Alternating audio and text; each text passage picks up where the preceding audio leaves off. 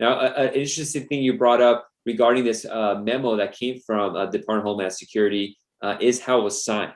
And it's inconsistent with how they allow us to do stuff as petitioners, as lawyers, and all that kind of stuff.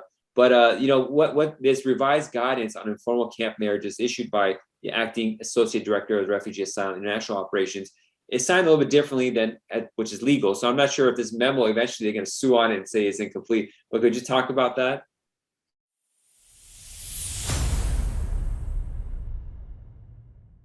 Yes, it's just an interesting point that I noticed when going through this document. It was signed like digitally, and the interesting thing that USCIS does not allow us attorneys or petitioners, applicants, to sign their petitions, any paperwork that goes to USCIS digitally. It has to be signed handwritten by ink, black ink preferably. Right, they allow scanned signatures, but they don't allow signature, for example, that you paint in your computer or on your phone. It has to be actual handwritten wet signature.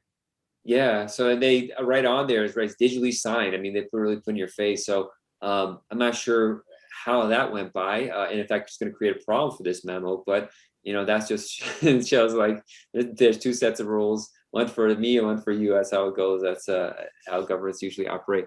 But hopefully they make it easier, because it is hard. People don't have printers sometimes overseas. Sometimes it really makes things faster. What's the difference between someone signing it and then they don't know if actually signed it? It doesn't really prove much whether it's digitally or ink signed at the end of the day. Right, but this is current policy, and we've seen when, for example, clients come to us after they file pro se, after they file without an attorney, and they can get RFE, for example, for affidavit of support from NVC, saying that this was signed digitally and we need your actual signature. So you actually need to print this form, sign it, scan it back, and send it to us. And it delays the whole process by like at least a couple months.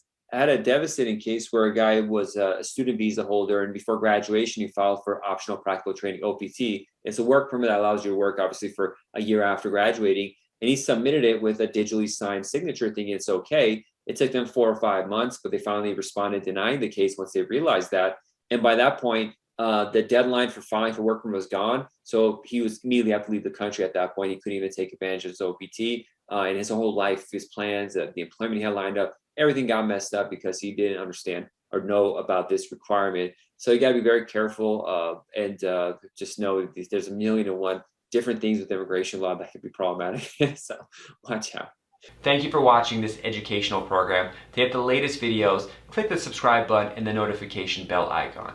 Also, help us help the immigrant community by liking this video and sharing it with your family and friends. You can also find us on other social media sites like Instagram, Facebook, TikTok, LinkedIn, and Twitter, where you find the latest updates on immigration news, policy changes, and tips. Be safe and God bless. See you soon.